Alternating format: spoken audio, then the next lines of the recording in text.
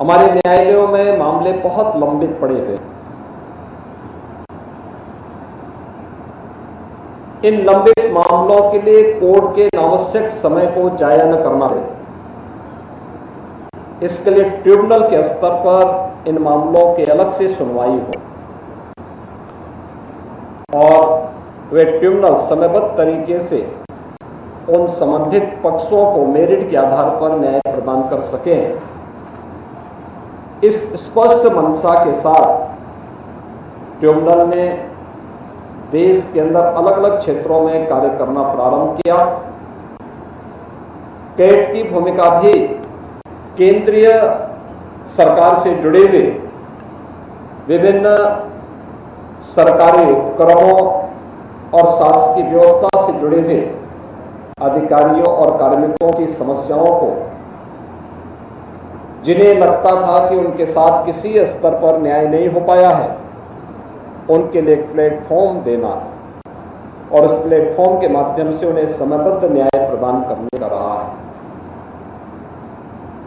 लेकिन आप अनुमान कर सकते हैं कि वह फुल बेंच हो या लगता है कि यह व्यवस्था का इससे भद्दा मजाक दूसरा नहीं हो सकता। बहुत बार आप देखते होंगे कितना लंबा समय लगता है न्याय प्राप्त होने में, और कई बार तो पीढ़ियां चली जाती, तब भी न्याय की उम्मीद बहुत कम रहती है। मुझे याद है गोरखपुर में जुड़े हुए हमारे मठ से जुड़ा हुआ एक मामला था।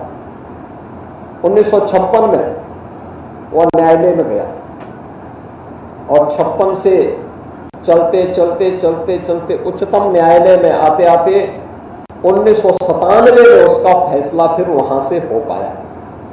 आप अनुमान करिए कि इन 40 पीढ़ियों में मैं तीसरी पीढ़ी था और वहां भी मुझे ही पता नहीं था ये मामला क्या। तो मैं फिर अपने अधिवक्ता के पास गया, मैंने कहा भी एक नोटिस आया है, क्या है? तो उन्होंने फिर मेरे गुरुजी का स्मरण करते हुए कहा, कहते वो गुरुजी एक बार आए थे, उन्होंने मुझे बताया, तो उसकी फाइल में थोड़ा लिखवाता हूँ। खैर पहले तो फाइलों में लोग दबाते थे, अब तो आज टेक्नोलॉजी है, टेक्नोलॉजी से सारी चीज़ें बहुत आसान हो चुकी हैं।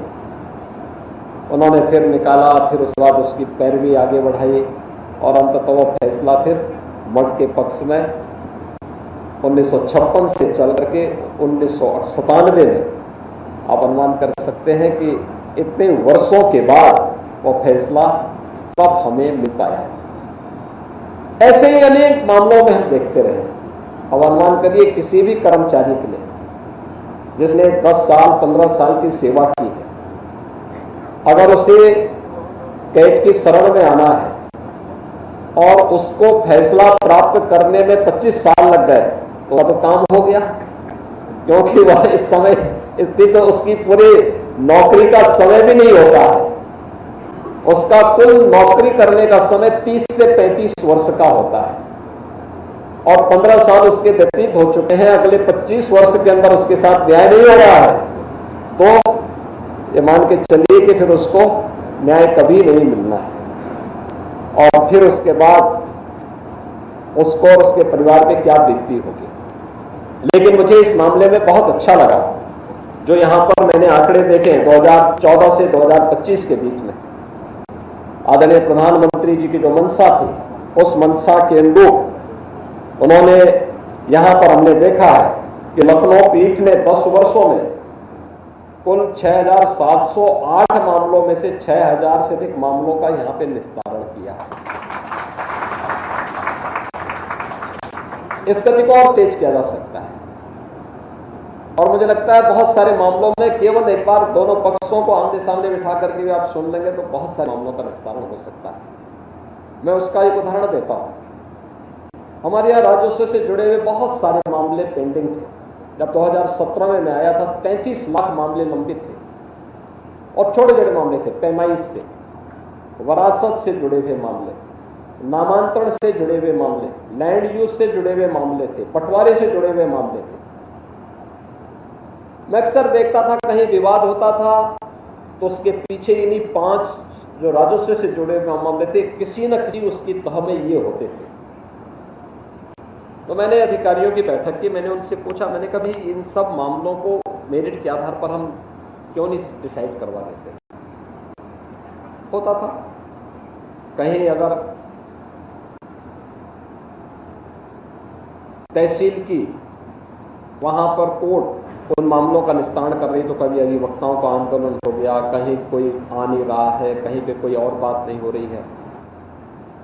मैंने कहा इसको टाइम बाउंड करो, किसी को 30 दिन, किसी को 45 दिन, किसी को 60 दिन, किसी को 90 दिन, और इन दिनों में होना है, नहीं तो इसको डीम्ड मान लो। मान लो ये फैसला हो गया, जिसने अपील की उसके पक्ष में फैसला हो गया, और अगर फैसला गलत हुआ है तो फिर जिसको सुनवाई करनी थी उसकी जवाबदेही इसमें तय करो, और उसकी ऑनलाइन मॉनिटरिंग की जाने लग गई। पिछले 8 वर्ष के दौरान हमारे पास 10 लाख और मामले आए, लेकिन मुझे बताते हुए प्रसन्नता है कि उस दौरान हमने 34 लाख मामलों का निस्तारण किया है, और समयबद्ध तरीके से सारी चीजें चल रही हैं।